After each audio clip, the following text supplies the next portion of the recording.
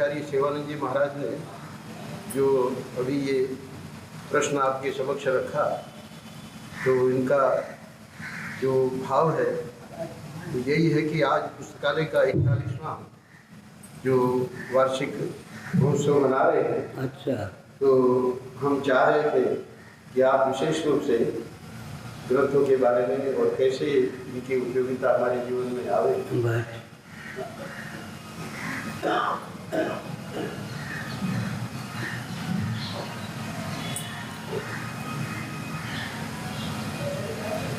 चौदह विद्या का प्रतिपादन याज्ञवल्क स्मृति में है। शिव पुराण में 18 विद्या का प्रतिपादन है। शीतोपनिषद में 24 विद्या का प्रतिपादन है। शुक्र नीति में 32 विद्या का प्रतिपादन है। 14 में शेष का अंतर्भाव, 18 में शेष का अंतर्भाव, 24 में शेष का अंतर्भाव, 32 में शेष का अंतर्भाव हो जाता है। कला के 64 प्रभेद हैं जिनका वर्णन शुक्र नीति में किया गया है। वाणी की प्रधानता से जिसकी सिद्धि है उसका नाम विद्या है। मौन रहकर या गूंगे के द्वारा भी चटाई आदि बीनना जिन कृतियों का संपादन उसका नाम कला है। आजकल विद्या को साइंस कहते हैं, कला को आर्ट कहते हैं। जिसके जीवन में विद्या और कला दोनों की प्रतिष्ठा है उसका जीवन अपने लिए समाज के लिए इतना प्रसिद्ध होता है। संकेत किया विद्या ही का ब्रह्मगति प्रदाय अध्यात्म विद्या विद्यानाम। अंत में विद्या वही है जिसको ब्रह्म विद्या या अध्यात्म विद्या कहते हैं। अविद्या काम और कर्म तीनों का प्रबोधन जिसके द्वारा होता है वही विद्या परम विद्या है, परा विद्या है। एक विशेष तथ्य है कि मुंडक उपनिषद में अपरा और परा दो प्रकार की विद्या का उल्लेख है, लेकिन ऋक यजु साम अथर्व इन चारों को ही अपरा विद्या के अंतर्गत रखा गया। तब प्रश्न उठता है कि वेदों का शिरोभाग ही उपनिषद है। अगर चारों वेद ही अपरा विद्या के अंतर्गत हैं तो वेदों का शिरोभाग उपनिषद भी अपरा विद्या ही मान्य।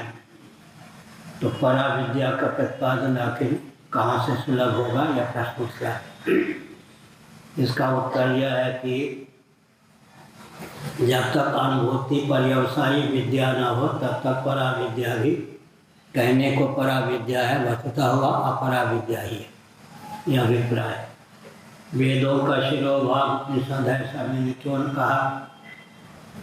ईशावास्योपनिषद यजुर्वेद के 40वें अध्याय का नाम है। 39 अध्याय पूर्व में है। भगवत पाद शिवावतार शंकराचार्य महाभाग ने ईशावास्योपनिषद पर भाष्य लिखते समय इस तथ्य को उद्भाषित किया है कि ईशावास्यम इत्यादि जो मंत्र हैं या उपनिषद हैं, कारण क्या है? कर्मों में इन मंत्रों का विनियोग नहीं है, इसलिए ये उपनिषद हैं। लेकिन पूर्व पक्ष स्वयं भगवत पाद शिवावतार शंकराचार्य ने प्रस्थापित किया, विनियोजक वचन न होने पर भी प्रकरण के बल पर विनियोग कर्म में मान लिया जाता है। जैसे नासदी सूक्तम, ये जो 7 मंत्र हैं वे कर्मों में विनियुक्त हैं प्रकरण के बल पर भी। तब भगवान शंकराचार्य ने उत्तर दिया ईशावास्यम इत्यादि मंत्रों के माध्यम से जिस स्तर के आत्म तत्व का प्रतिपादन होता है उस स्तर का आत्म तत्व करता हो ही नहीं सकता। इसमें भी सांख्यों का पक्ष है, कर्तृत्व विक्रिया है, भोक्तृत्व विक्रिया नहीं। सांख्यों के इस पक्ष को भगवान ने अपने शब्दों में समुद्रित किया है। कार्यकरण कर्तृत्व हेतु प्रकृति रुच्यते पुरुषा सुख दुखा नाम भोक्तृत्व हेतु रुच्यते।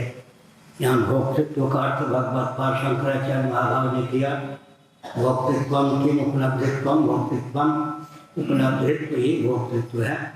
इसकी उपलब्धित्व विक्रिया नहीं है। तो भोक्तृत्व पुरुषनिष्ठ है, कर्तृत्व प्रकृतिनिष्ठ है। कार्यकरण कर्तृत्व हेतु प्रकृति उच्यते, पुरुषार्थ दुःखानां भोक्तृत्व हेतु उच्यते। लेकिन अंत में प्रश्न उठता है कि बौद्धिक क्रिया का कर्तृत्व ही भोक्तृत्व है। कर्तृत्व का सर्वथा अपलाप निरसन या अपलोदन कर देने पर भोक्तृत्व शेष नहीं रहता। सिद्धांत के अंत में क्या है? आत्मेन्द्रिय मनोयुक्तम भोक्तेत्यावर मनीषिणः का उपनिषद का वचन है। आत्मा का अर्थ यहाँ पर आत्मा करें या देह, यह भी प्रश्न उठता है। आत्मा से ऊपर प्रत्यक्ष इंद्रिय का वर्णन है, फिर मन का वर्णन है। आत्मेन्द्रिय मनोयुक्तम, मन का अर्थ यहाँ पर अंतःकरण है। आत्मेन्द्रिय मनोयुक्तम भोक्तेत्यावर मनीषिणः, तो औपाधिक धरातल पर ही कर्तृत्व संभव है, भोक्तृत्व संभव है, यह भी प्रश्न उठा। इसलिए अंत में सिद्ध होता है कि भोक्तृत्व भी कर्तृत्व ही है। इस प्रकार से आत्म तत्व कर्तृत्व भोक्तृत्व से मुक्त है, निरुपाधिक धरातल पर सुख स्वरूप स्वप्रकाशी सिद्ध है। कोई प्रश्न? कर्तृत्व का सर्वथा अपलाप कर देने पर भोक्तृत्व की भी सिद्धि नहीं, क्योंकि कर्तृत्व और भोक्तृत्व दोनों ही औपाधिक है।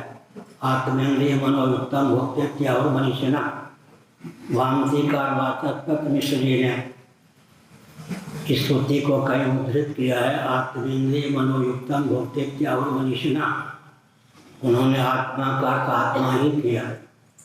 लेकिन कठोपनिषद के भाष्य में प्रकरण के बल पर शंकराचार्य ने आत्मा का अर्थ देह किया, क्योंकि इंद्रिय और अंतःकरण का नाम लिया गया। आत्मेन्द्रिय मनोयुक्त, मन माने अंतःकरण। मन बुद्धि चित्त अहंकार में अगर एक एक का नाम ले लिया जाए तो पूरे अंतःकरण का वो वाचक होता है, बन जाता है। आगे